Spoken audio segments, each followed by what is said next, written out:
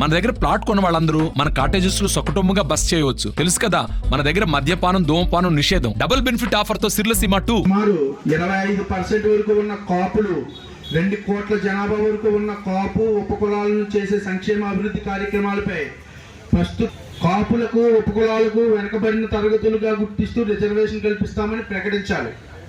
వెనకబాటుతనంకు గురైన కాపులకు సంక్షేమ అభివృద్ధి ఫలాలను అందేలా డిక్లరేషన్ ప్రకటించాలి. కాపులకు సామాజిక న్యాయం అందించాలి. కాపులకు సబ్ ప్లాన్ ఏర్పాటు చేయాలి.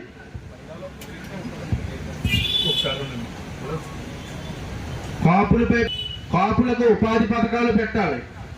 కాపులకు రక్షణ చట్టం కావాలి. జనాభా ప్రాతిపదికన రాజకీయ రిజర్వేషన్లు ఏర్పాటు చేయాలి. జనాభా ప్రాతిపదికన కాపులకు సంక్షేమ పథకాలు అందించాలి. కాపు కార్పొరేషన్కు నిధులు విడుదల చేయాలి. నామినేటెడ్ పోస్టులు కూడా జనాభా నిష్పత్తి ప్రకారం కాపులకు ఇవ్వాలి. పరిశ్రమలు పెట్టే కాపులకు ప్రోత్సాహకాలు అందించాలి. కాపు కులగణన చేసి జనాభా నిష్పత్తి ప్రకారం పథకాలు సీట్లు ఇవ్వాలి. కాపులకు బీసీ సర్టిఫికెట్లు ఇవ్వాలి. కాపుల కమ్యూనిటీ భవనాలకు నిధులు ఇవ్వాలి. కాపు నిరుద్యోగులకు ఉద్యోగోపాధి కల్పించాలి. కాపు విద్యార్థులకు ఫీజు రీయింబర్స్మెంట్ పూర్తి స్థాయిలో అందించాలి. కాపు విద్యార్థులకు విదేశీ చదువులకు నిధులు విడుదల చేయాలి. కాపులకు విద్యా ఉద్యోగ రాజకీయ బీసీ రిజర్వేషన్ ఇవ్వాలి. అగ్రవర్ణాల పేదలకు కల్పించిన ఈడబ్ల్యూఎస్ 5% కాపులకు రిజర్వేషన్లు వెంటనే కల్పించాలి. కాపులకు న్యాయం చేసే వారికి కాపుల మద్దతు ఉంటుందని తెలియజేసుకుంటున్నాం. ఒక కమ్యూనిటీ హాల్ సెక్టిబల్గా కమ్యూనిటీ హాల్ కావాలని చెప్పడం జరిగింది.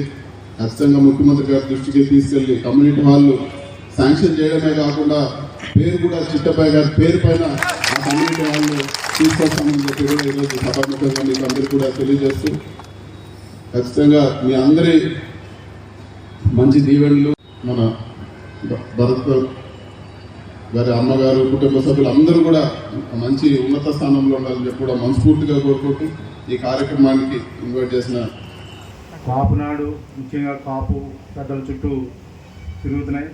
మీడియా కూడా ఇప్పుడు కావాల్సినటువంటి హాట్ టాపిక్. కానీ మా గౌరవ అధ్యక్షులు పురశెట్టి మంగారావు వారు చెప్పబోయేది కూడా ఏంటంటే, ఈ ముద్రగడ పద్మనాభం గారు కానివ్వండి, హరిరామ జాగ గారు కానివ్వండి, వారు కాపులకి ఉద్యమాల్లో మరి చక్కగా చేయటం అదంతా హర్షించదగ్గ విషయం. కానీ వాళ్ళు ఎలక్షన్స్ వచ్చేటప్పటికి కాపంతా ఒక్కసారి 10 లక్షల మంది మాత్రం పద్మనాభం గారు పిలుపుకి రోడ్డెక్కి కేసులు కట్టించుకుని జైలు తిరిగిన పరిస్థితి ఉంది. ఎన్నో కుటుంబాలు రోడ్లు పడిపోయి మీటింగ్ అని పిలిచి మరి వాళ్ళందరినీ ఎవరిని మాట్లాడకుండా ఆయన అనుకున్న వ్యూహం ప్రకారం వెళ్ళిపోయి రైలు రోకో రాస్తా రోకో రోడ్డు రోకో చేయటం, ఆ కేసులు భరించి యువతకి మంచి సందేశాన్ని ఇస్తారని అందరూ వెళ్తే ఆయన ఈ కేసులు కట్టించి పంపించారు. ఈ రోజు మళ్ళీ నేను అజ్ఞాతంలో వెళ్ళిపోయారు.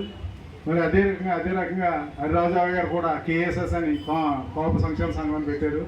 ఇదేదో కాపుల ఉద్రజ సంఘం అనుకున్నాం, ఇంతకే వాళ్ళ అబ్బాయి గారు సీట్ కోసం అనుకున్నాం. మొన్న అర్థమైంది వాళ్ళ అబ్బాయి గారు ఏమో వైసీపీలో జాయిన్ అయ్యారు. ఆయన అనుకున్నట్టుగా పార్టీలో ఆయన అనుకున్నట్టుగా ఆయన సీటు దక్కుండదు, అందుకని ఆయన వెళ్ళిపోయారు. కానీ ఈ కాపునాడు పార్టీలకు అతీతం.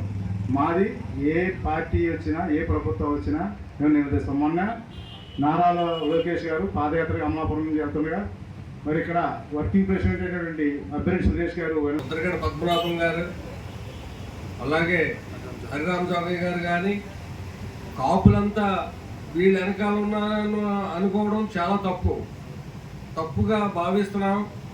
అలాగే వారి అవసరాలను బట్టి వారి పార్టీలకు వెళ్తున్నారు తప్ప నిజంగా కాపులు గురించి అయితే నాకు తెలిసినంత వరకు చాలా తప్పు చేస్తున్నారు, తప్పు జరుగుతుంది. అలాగే ఇప్పటికైనా ఆలోచించి మా కాపులకి మంచి చేయాలని, మంచి మనసు కలగాలని కోరుకుంటూ సెలవు తీసుకుంటున్నాను. మరిన్ని వీడియోస్ కోసం ఛానల్ ని సబ్స్క్రైబ్ చేయండి. లేటెస్ట్ అప్డేట్స్ కోసం వాట్సాప్ ఛానల్ ని ఫాలో చేయండి. అండ్ లింక్ డిస్క్రిప్షన్ లో ఉంది.